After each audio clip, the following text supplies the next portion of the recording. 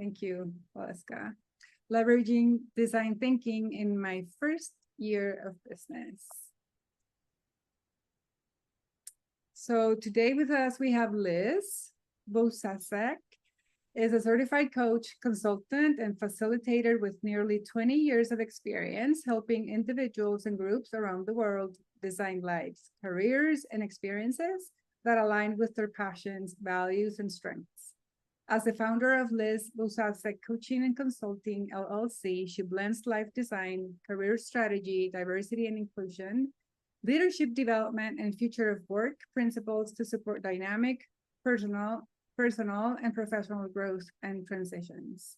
When she's not helping others uncover their paths, challenge limiting beliefs, and build purpose-driven lives, Liz enjoys spending time with her Midwest and West Indian Guyanese families, teaching her old dog new tricks, and exploring the world with her brilliant husband. So welcome, Liz, to ICF South Florida and to our first day of International Coaching Week.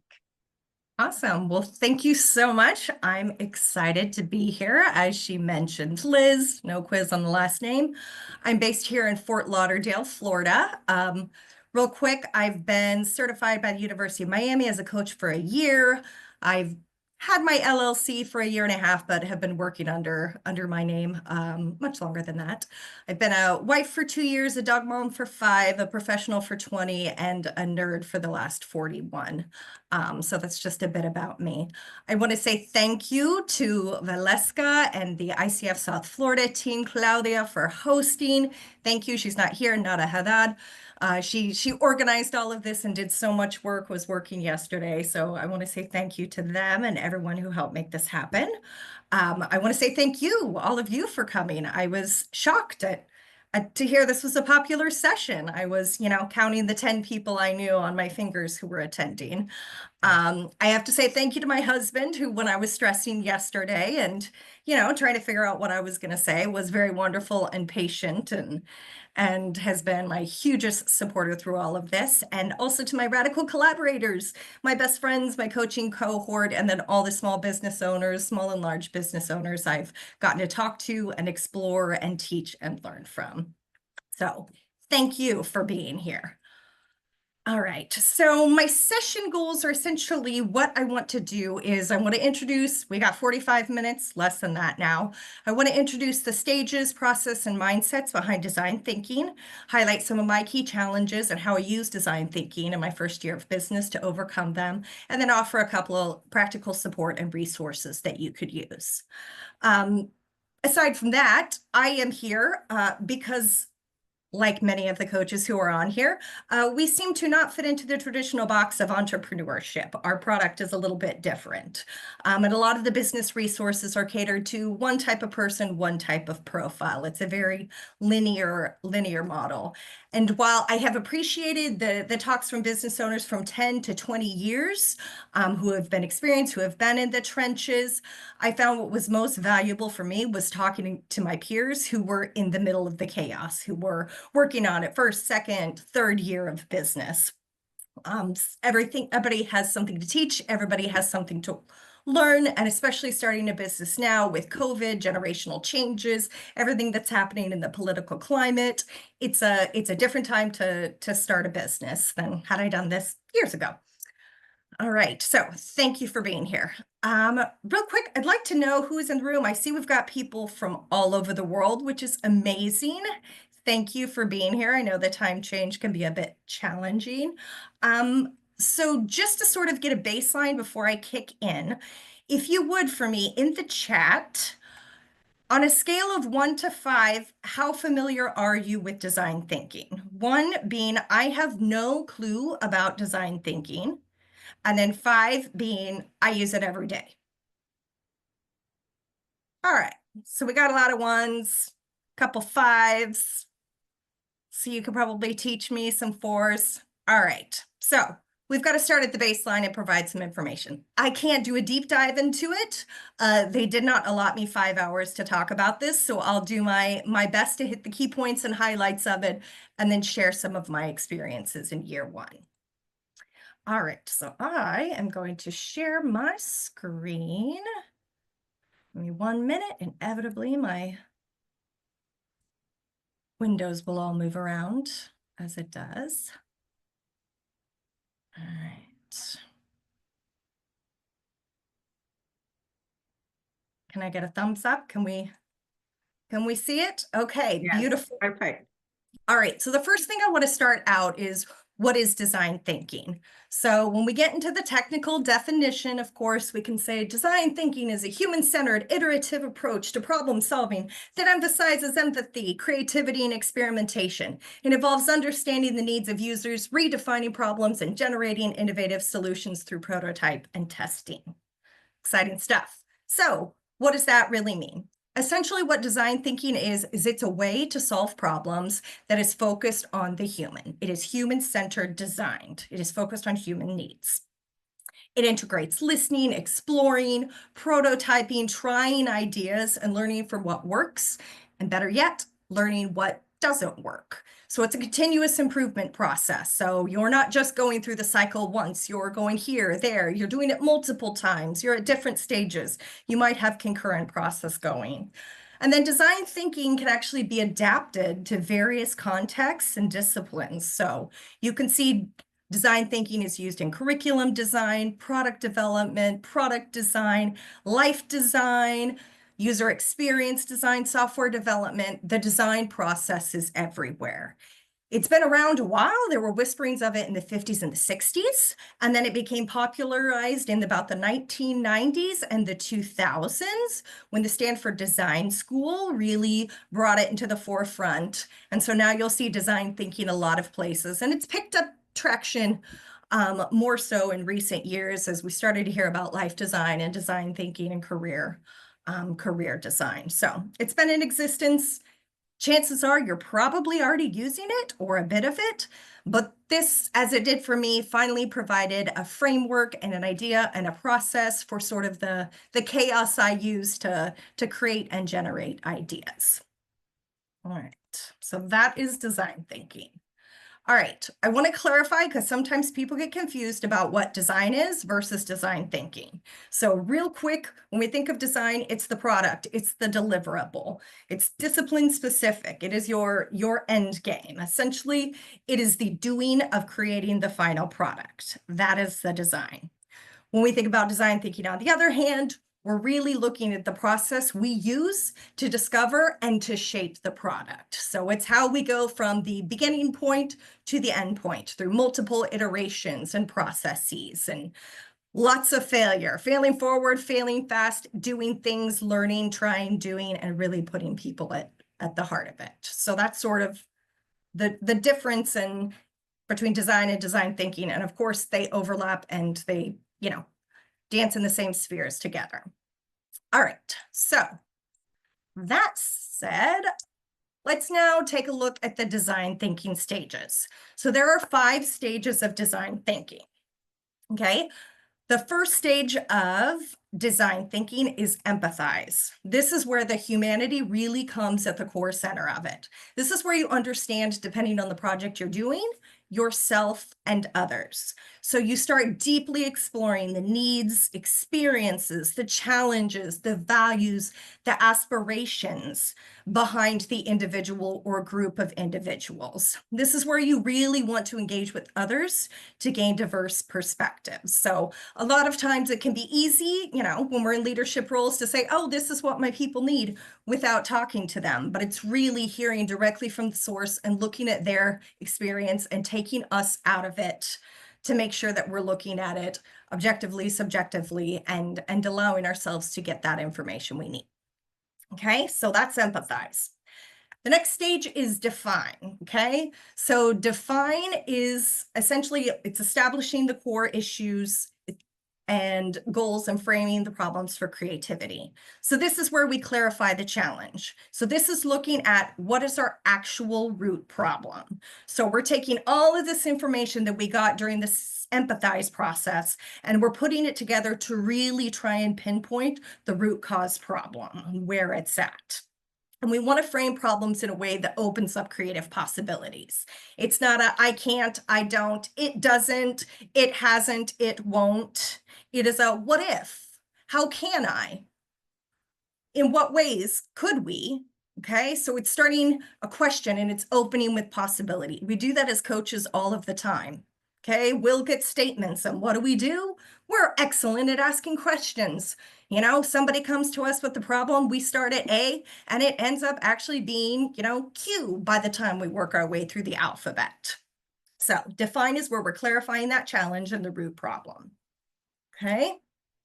Then we have ideate. This is the fun part.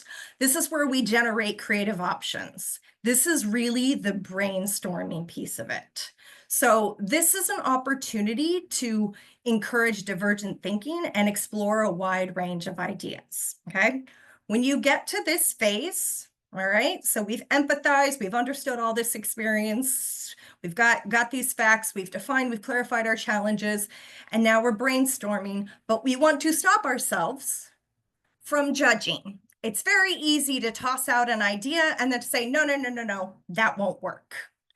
You want to create as many ideas as possible, no matter how ridiculous it sounds, okay? Because while it may not be attainable, it might spawn something. It might have some nugget or piece that allows you to generate something more creative and different to get to a different answer.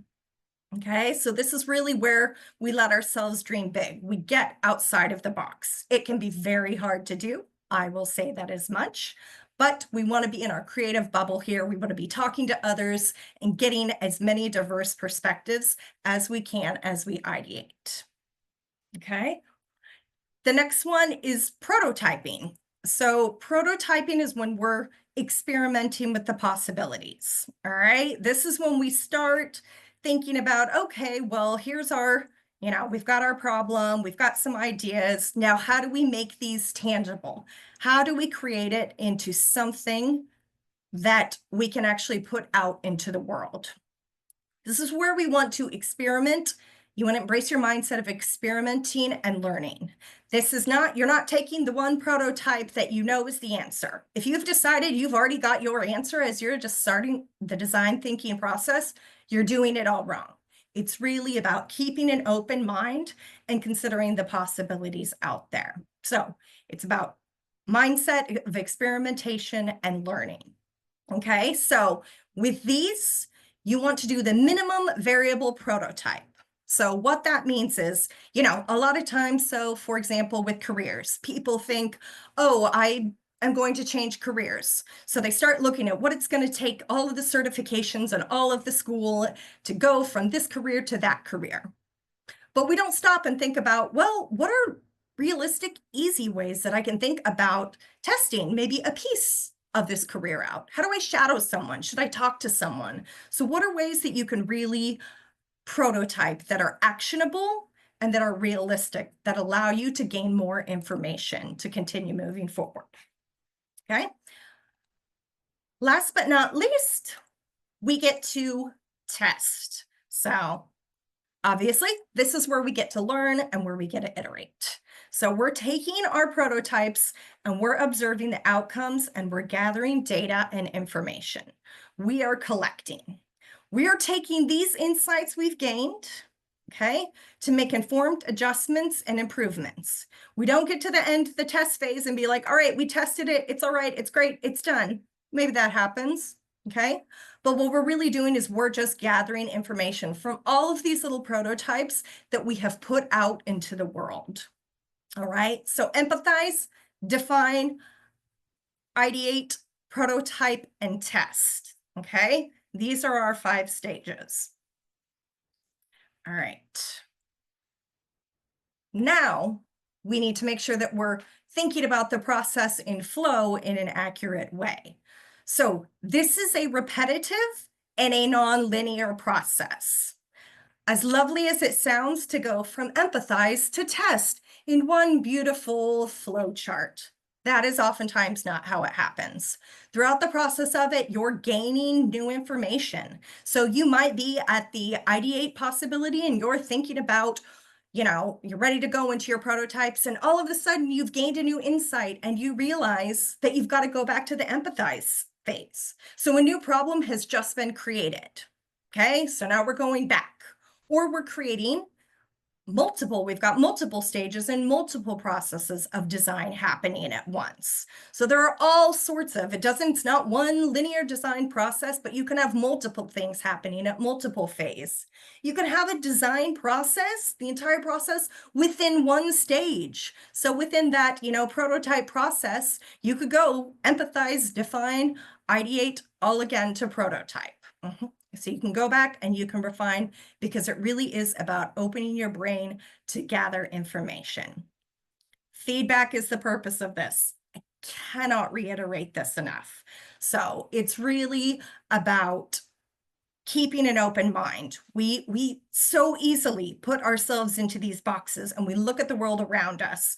We're information gathering, all right? We're being curious, we're being explorers, okay? And so lastly, the outcomes look different depending on the product. So as I mentioned, or the project or the person. So it could be a physical product, a service blueprint, a strategic plan, business model, personalized plan. There are so many different areas where design thinking is implemented. And when you really start thinking about just in our everyday lives, we design our routine. When we get up in the morning, we have a routine that we have designed. For me, it's begrudgingly get up. Then I feed my dog, I get him water, then I go brush my teeth, okay? So we have designed so many different aspects and elements just in our lives that we may not have even realized. So we're already using this process, as I mentioned. This just sort of gives it a language and a framework, okay? All right, next slide. Okay, so we're going to get into the design thinking mindsets and actions. Okay, so we've got the what design thinking is, and then we've got our stages of it. We've got the considerations, the flow, and the process of it. And now we're going to think about how we want to frame our brain. This is where it came really in use for me when I was developing my business ideas. So the first one is radical collaboration. Make sure you're working with others of different backgrounds, disciplines, and experiences. It can be so easy to gravitate towards talking to one specific type of person. For me, I started out, I was like, I need to talk to coaches. I need to see what they're doing. I'm trying to find my niche. But then I started talking to small business owners. I just started talking to random people and listening and sharing their stories and gathering information about where people were at and what they were looking for, okay? The next one we want to do is reframe problems. It is so easy. If you are feeling stuck, it is time to go back through the design process, okay? If you have stopped and gone as far as you have gone, okay? You want to ask yourself questions. So think about things also in terms of gravity problems. What a gravity problem is it's as though saying of, well, if gravity didn't exist, I could just float through the air. Okay, well, gravity's not going anywhere. We're not going to change the gravity of the world. I at least am not doing that today. If you figure it out, let me know. And so there are problems that are immutable, that cannot be changed. So move away from those and start thinking, asking yourself a question to get to that root cause problem that you can reframe in a way to look for a solution. Next is get curious. I say approach the problem like a child detective. You know, when you've got that 2-year-old or that 3-year-old and they ask you every question to what you're doing is why? We've all been there. Be a child to yourself, be a child to detective. Get curious, start looking at things in different ways, try and get out of our adult lens and ask yourself why. Keep going through the whys until you're all why'd out and you can't why any longer. Okay. Next thing we want to do is focus on the process, not the outcome. This is one of the biggest challenges that I faced in designing my business, is that I wanted the outcome. I wanted to know exactly what I was doing. I was trying to find something specific, and it's so easy to get caught up in wanting to find the answer. Okay, but what we're trying to do is keep an open mind, focus on the process, what we're learning from there, what we're not learning, and how we need to pivot that. Okay, bias towards action. Do something, do something, okay? And keep in mind, it's not a huge something that you have to do, but take a small step, okay? Think about what can I do in 5 minutes or 1 minute, to move the project forward, okay? What can I do here? So instead of, it's very easy to, our checklist is create a website.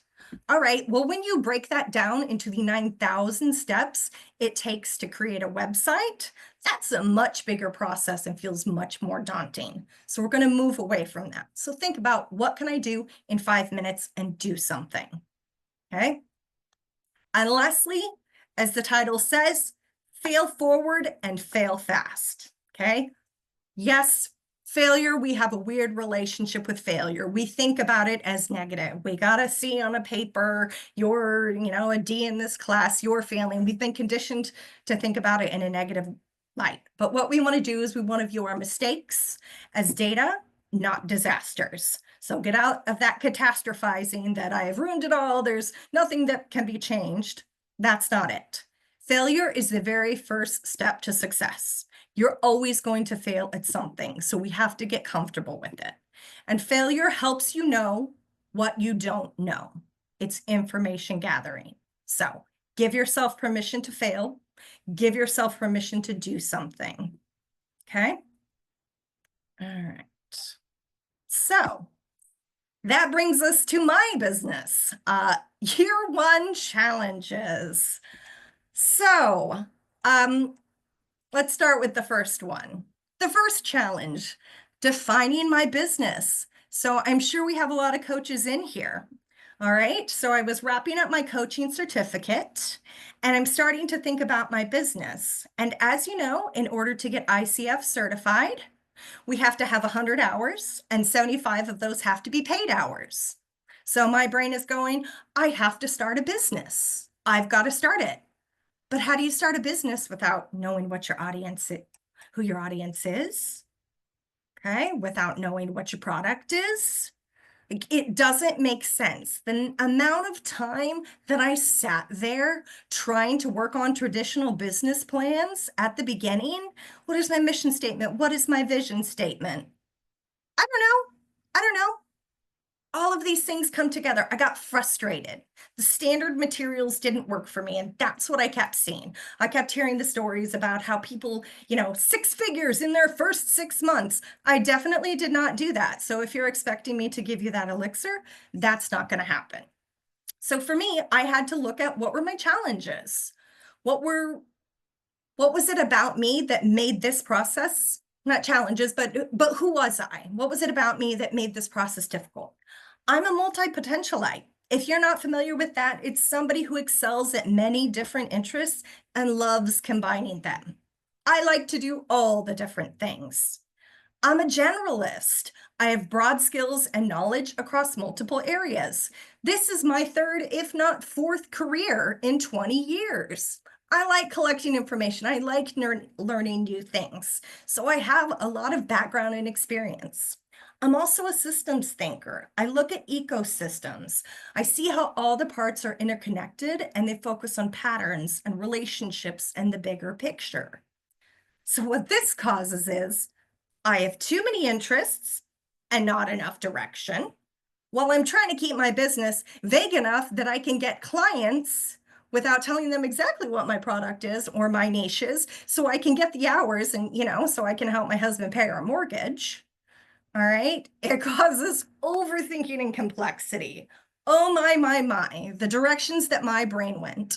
And it also caused fear of missing out. I didn't want to put myself into a niche too soon and not have the opportunity to explore because I didn't know what my niche was. So what happened to me is I started trying to figure out one answer. I got caught up in that. These are my failures. I got caught up in finding that answer. I became so obsessed with it. I was reading every single website, this and that. I was always on. My brain was always going. I started to get burnt out. I was in my, first year of marriage. I got married for the first time. And then a few months later, I quit my job and I started a business. My therapist was shocked that I did all three of those things within 6 months of each other. God bless my husband for being so patient with me and helping me to survive that period. And I became obsessed with finding the answers to it. I was burned out and I hadn't even defined my business. Okay. So that was a big failure. But that's okay. I was just collecting information. So I had to go back to that design thinking process. I had to start thinking about things differently. So I started thinking about my business as a portfolio, not a pathway. I didn't have to choose just one thing. I had multiple considerations. Coaching was one piece of my business. I like coaching, consulting, facilitating, all sorts of things. And I also like, a paycheck every now and then. So it was also about bringing in some revenue. So I started saying yes to a lot of paid and unpaid things for that matter. I did ACT boot camp. That taught me I did not want to work for a large corporation again. I had someone reach out and say, hey, can you do some administrative duties for me? I said, sure, I'll take care of that. In that process, they noticed, oh, you're a good writer. So they started giving me copy editing work. And then that evolved into, oh, you have a background in health and safety and education. That evolved into all of a sudden writing policies and procedures and working with a large district to do sub-consulting in the Northeast. I wasn't expecting those things, but I started saying yes. Okay. And then I also took a step back, and instead of looking at my title, I started understanding my values, my strengths, and my skill sets. Okay. That gave me the confidence to start charging what I was worth and to start seeing my worth. Okay. Next big challenge, overcoming imposter syndrome. There is nothing that makes you feel more like an imposter than saying, hello, I'm a small business owner, a coach, a consultant, a facilitator, when I didn't have any clients and I was still wrapping up my coaching certificate. Okay. You feel like a fake. You feel like a fake. I wanted to do, I was coming from the top of my career game as a national director, and all of a sudden, I feel like I'm back at the bottom. I didn't have confidence. I put so much value in my title and my status of my previous career that it was really hard for me to be in that space of being a novice again. It's terrifying. Okay, so what did I do? All the wrong things. So I started getting obsessed with learning and consuming information. I created a resource list of 1,000 different coaches, articles, podcasts, all of the things, and I started doing as many as possible. Took on too many projects at once. I got afraid of failing, so I wasn't putting myself out there. All right. So I had to take a step back. I reminded myself that credentials don't create credibility, they reinforce it. So I needed to do something, that bias to action. I had to say something. I had to show something that adds value. I had to contextualize what failure was. I didn't want to show up because I was so worried of failure. My husband asked me the question of, well, what is failure? Like a true coach, so sneaky. I swear he was listening in. Okay. And so I had to stop thinking about what does success look like overall? And what does success look like for today, for tomorrow, for 3 months, for 6 months from now? I had to create it into manageable increments. And I had to define that failure for me was just simply not even trying. Okay. I had to get out there and I had a wing woman. That's where that radical collaboration came in. It's hard to go to a conference and say, hi, I'm a coach when you're not feeling it and feeling like an imposter, but have a friend, have somebody that goes with you. And the more I heard myself saying, hi, I'm a coach, the more I started to believe it. Okay. Lastly, dealing with perfectionism. Where are my perfectionists at? I know there's a lot of you out there. All right, so I am the youngest child of 4, and I am the firstborn daughter. That means I like to be new. I like to be different. I like to be innovative. and I like to be right. Okay. So here I am coming with these personality traits, this perfectionism, this obsession of learning and doing and seeing and experiencing. And I'm in a new industry and want to be taken seriously. So what did I do? All the wrong things. Let's look back at my logo design. When you look at it, you probably don't think she spent 3 to 4 months working on this logo. I spent hours and hours and hours obsessing over the details. I sent it to my friends, asked for their feedback. I changed one tiny little space, one color, made one size a little bit different, angled it this way, angled it that way, until my husband asked me, well, when are you just going to pick one? And I realized I was doing it. I was getting obsessed with something that mattered, but wasn't immutable. I could change my logo the very next day. So I wasn't starting. Okay. When I would write a blog, I would literally spend all day editing it. I wanted it to be perfect. I wanted people to connect with it. I wanted it to be broad and profound. I wanted it to be perfect. That's not manageable. Okay. I kept saying yes to things. And so I had to stop, took a step back, went back into my design process and thought about, how do I do this in a real way? How do I prototype these things to get answers? So I had to focus on going not from 1.0 to 10.0, but I had to focus on 1.0 to 2.0. I used the good enough principle. There is very little in our lives that we cannot change. Okay? We can strive for excellence, but at some point, good enough is enough. And so I had to start embracing that, which allowed me to start moving forward, but allowed me to start doing things, gathering information. It's good enough, get it out in the world. I don't spend an entire day writing a blog anymore. Okay? I use micro steps. What is my most immediate next step to move this forward? I started celebrating the small wins. We coaches, we encourage our clients to do this, but what I have discovered is we are probably the worst at it. We don't celebrate our small wins. I got to 6 months in and I was feeling defeated, deflated. I hadn't done enough. I had all of these things I wanted to get done. So what did I do?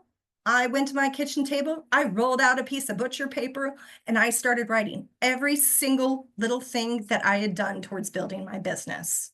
Whether that was buying new ink cartridges for my computer, or finally putting the transparent background on my logo. I wrote it all down. I ran out of paper. I was astonished when I looked at all of those little things, which took time and brain space and effort. And it was a beautiful reminder that it was through all those little bits and pieces, those 5-minute wins, that I got to where I was at 6 months in. And I started to celebrate that. I also had to recognize that not everybody is my cup of tea, and I'm not everyone's cup of tea. You're not going to please everybody. That's the fact of the matter. Okay. So I just started putting myself out there because somebody out there needs to hear what you're saying. They need to hear your thoughts. They need to hear your ideas. They're at a place in their lives or in themselves that what you're saying will connect. So stop trying to connect to everybody and just start being authentically and unabashedly you. So now, 1.5 years later, I've had 16 unique clients. I've done everything from admin work to career coaching to resume review to graphic design to creating printed cards and materials to advising on brand and marketing and website development strategies. Work comes in weird ways, all right? When you start doing things and you open it up and stay out of this tiny little niche and let yourself just try and fail, a lot of things open up to you. All right. That said, I know we are getting to the end, so I'm going to try and be quick with these. So what are our takeaways? There is no single right way to start a business, especially as a coach. Okay? A lot of times you're just starting, so just start exploring. Okay? Continuously build your business by design, not default. Okay. I kept waiting to feel comfortable in my business. I kept saying, once I get this done, once I get that done, I'm going to be at a good spot. It is continuously evolving. It is continuously growing.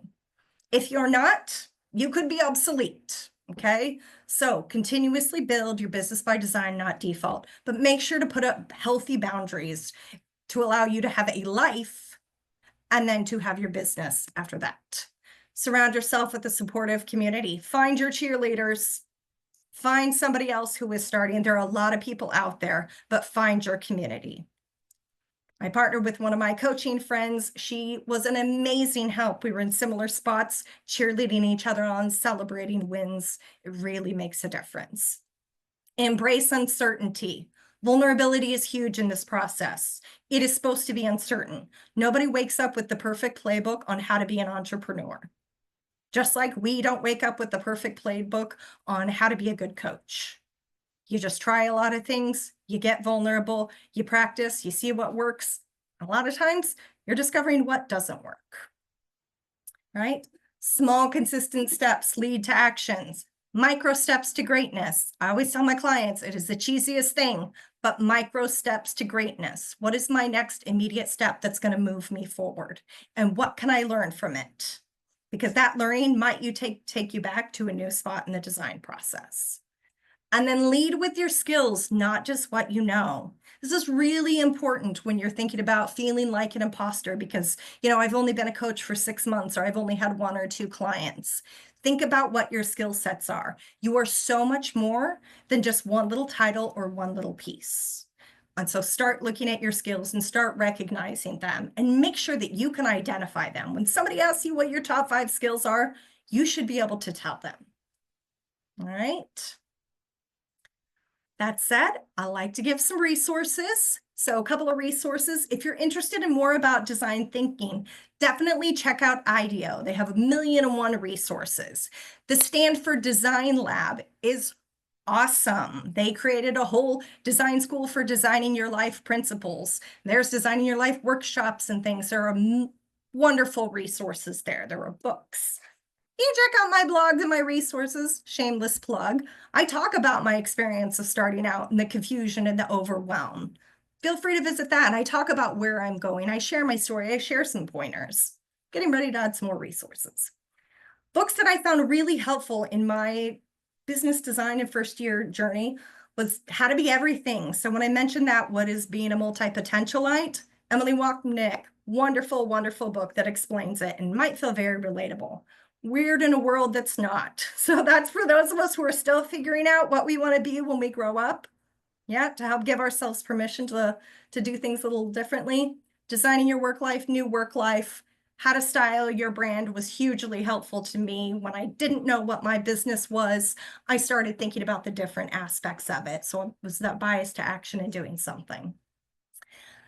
And then right now I'm reading the book that I should have read like, a year and a half, 2 years ago, Startup Life, Surviving and Thriving in a Relationship with an Entrepreneur. So I am reading this so I can learn about everything that I did wrong and should have done differently and hopefully can do better moving forward. All right. That said, I just did a ton of talking. My contact information is here. Feel free to send me an email to chat. I love chatting, meeting new people. My website's on there, my LinkedIn. I'm all ears and I love expanding my community. I'm a collector of people, like I say. So that said, I am going to ask y'all if there are any questions. Feel free to unmute. We got a few minutes. We got 2 minutes to be exact. Gotta stay on my time. Very, very interesting presentation, Liz. Thank you so much for sharing. Awesome. Well, thank you For so being much. so honest, because we normally don't talk about our failures. That was very nice. Fail forward, fail fast. We don't have another presentation after this, so if you have a few more minutes, please feel free to explore the questions. Perfect. I don't know if there are any questions in the chat. Let's see. I'm not seeing any. I know I just threw a lot of information.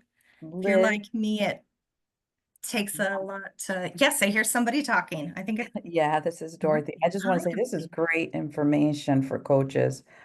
And like Claudia said, sometimes you're like left somewhere where you can't figure it out, and these are great guides. So thank you so much for this. wonderful, wonderful. Yes, it was, did a lot of banging my head on the wall and going in circles before I finally went back to my design thinking. So Yeah, Liz, I would say thank you. I mean, you gave me so many nuggets of little things to do to get unstuck with awesome. everything, right? It's not even just starting your own business, it's with everything.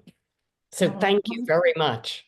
wonderful. I'm so happy to hear that. I'm great at giving advice to other people and, terrible Aren't at we doing all? it myself. So let me coach you and then I'll, We have a question from Robbie? Robin. Yeah, hey Liz, thank you. Great session. One of the things I was thinking about during the empathize phase of design thinking, oftentimes you observe the clients or the customers of the process, right? And I was wondering if you incorporated that into your design thinking, just sitting and observing and imagining what they are thinking or what they might need. Yeah, actually, yes, very much so. So I ended up in the niche of career and life design, which is very interesting because that ended up being exactly what I've been doing. Because within five years, I went from being a single person living in an apartment to married and a homeowner and a dog. And yeah, I've done it with individuals. So I try to be in as much as I talked in this one. I try and be an active listener and to ask good questions. So I approach people where they're at. I'm a storyteller, but I don't like to write narratives. So it's in starting to do little iterations, just even talking to, friends and family in my community and hearing what they're saying and what their challenges are. And, so things of, for example, when you think about career design, a lot of times people aren't thinking about, oh, like my best friend's a stay-at-home mom. That is her career. She works harder than anyone I know. And so I'm thinking about my approach and how to make sure that I'm being inclusive and making space for, oh yeah, stay-at-home moms, like that's a whole career. And let's place value with that. And so my resources and things are reaching out to a variety of people. And yeah, because we're all so different, and I just continue to learn with every single client. Does that answer your question? It does, very helpful. Awesome. Other Hello, questions? Liz. I'm gonna stop sharing so we can get on the camera. Great. Hello. I wanted to thank you for the presentation, the wonderful work. It was so much fun. Well, thank Hello, you. can you hear me? I can hear It you. was so much fun to follow it. I'm actually very sick, and I could not stop the presentation. It was entertaining. It was interesting. Wonderful public speaking skills. Thank you. Thank you. I'm a high school drama nerd. And had to learn how to be unabashedly me. Once I tried to be cool for a lot of years, and once I embraced my awkward, life just got so much better. And showing up as myself. So thank you so much for joining. I hope you feel better, Mohammed. Thank you so much. Ciao. Liz, we have a question in the chat from Christina Lee.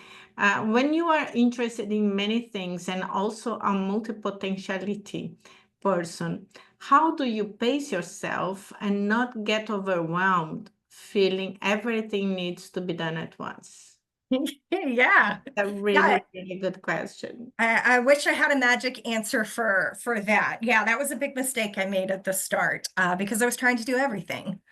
And, be married, figure out anyone in here who's been married, especially when you get married at 40, it is a whole world of adventure. And so it's what I try and do is I try and create space and create boundaries. So one thing that I really focus on and have started being better at is I give myself permission to rest.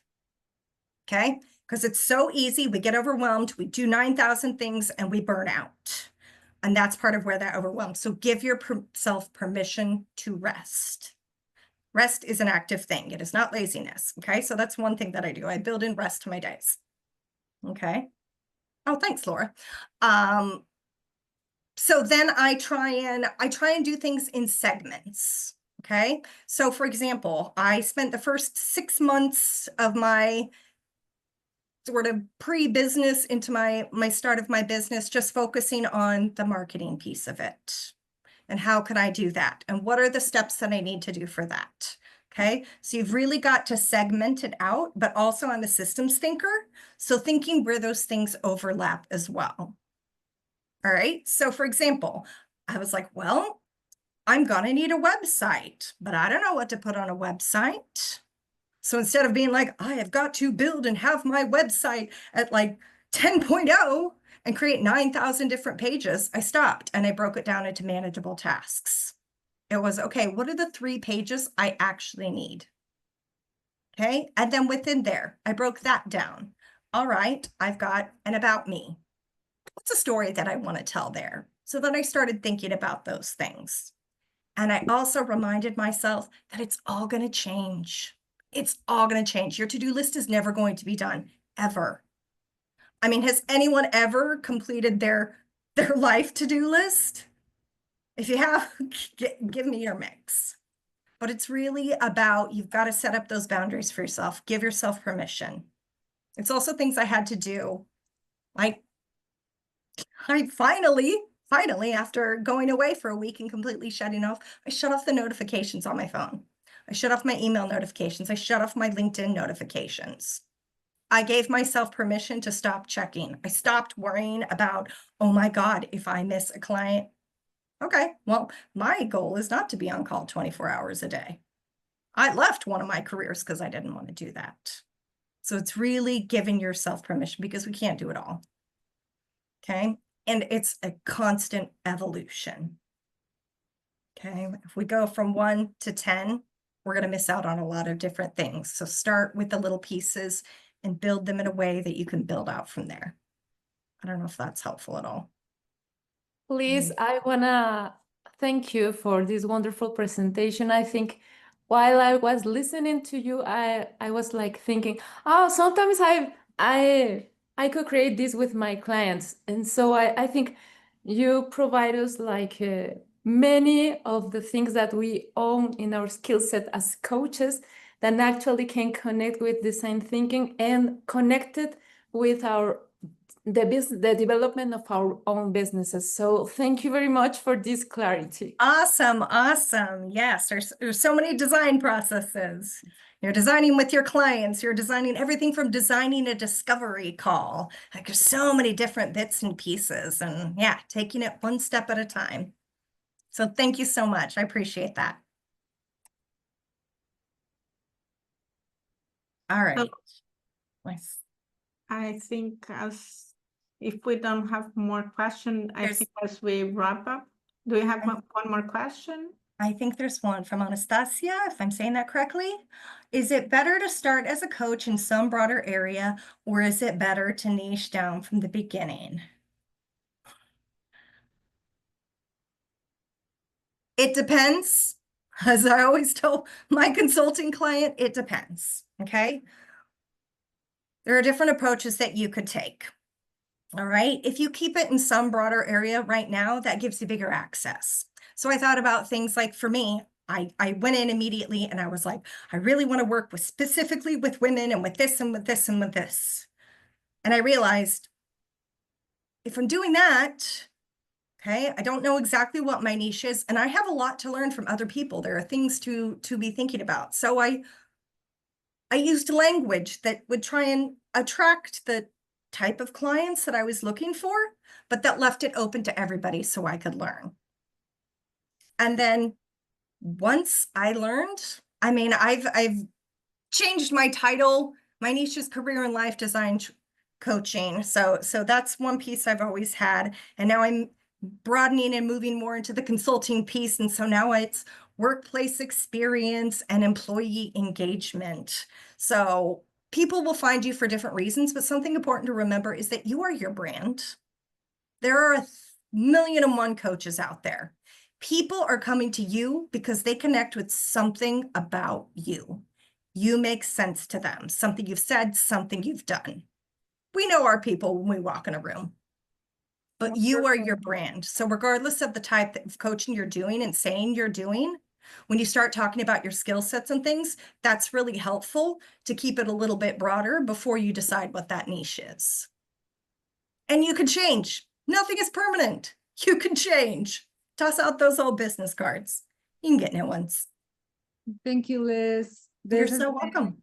such a wonderful presentation. I think if we stay here, we're going to have more questions. So we're going to start wrapping up, and Valeska's sharing with us our feedback form. You can go ahead and scan the QR code that you have here on your screen. And Valeska, can you share the You don't see that? we see the presentation mode. You don't see the QR You code? can yeah, scan the QR code and give us your feedback on this presentation. And yeah, that's good. And Thanks so much, everybody. I read the evals. And while you answer our survey, I think all this feedback is going to be super important for Liz, for us, and for everything that we are going to plan for the future with you. I really want to invite you to join us at 7 p.m. for our mixer, like our cocktail hour. So we are putting everything together. We are working on creating this community, and it will be a moment to share. Let me, this is. A lot of people are asking if there's a link that we can share in the chat because our QR code isn't working. The QR Yeah. code. Actually, they can sign up under the calendar for the virtual cocktail. Is that what you're saying? Oh, no, for the evaluation. Oh, okay. Sorry about that. And It's thanks, not y'all. working, the QR code. For some people it isn't, or they're having trouble with it. A couple have asked for a link if we have one. Let I me think look. some people are on their phones maybe, and you can't get a QR code when you're on the phone and you like screenshot it. You'd have to Yeah. email it to yourself, and then, it'd just be difficult. The link is much more helpful. Right. I don't see it in my emails. But since we have everybody's email from the registration, I think we can send it to them afterwards. Yeah, it's not working. I'm trying to, Mm-hmm. not for me, it's not working either. Well, Liz, thank you so much for your time, your presentation. It was amazing, like we said. And thank Wonderful. you everyone Thank you. for being here and for making this session really interesting. Thanks so much, everybody. You were my prototype. I'm going to do a bigger session. And Thanks. a quick thanks for being note here. for tomorrow. This is what will be happening tomorrow. I hope to see you later on today, but if not, we are full of events tomorrow as well. Would love to see you here again. Thanks, everybody. Thank you, everyone. Happy almost Tuesday. Well, Tuesday with some of you with the time change. Right.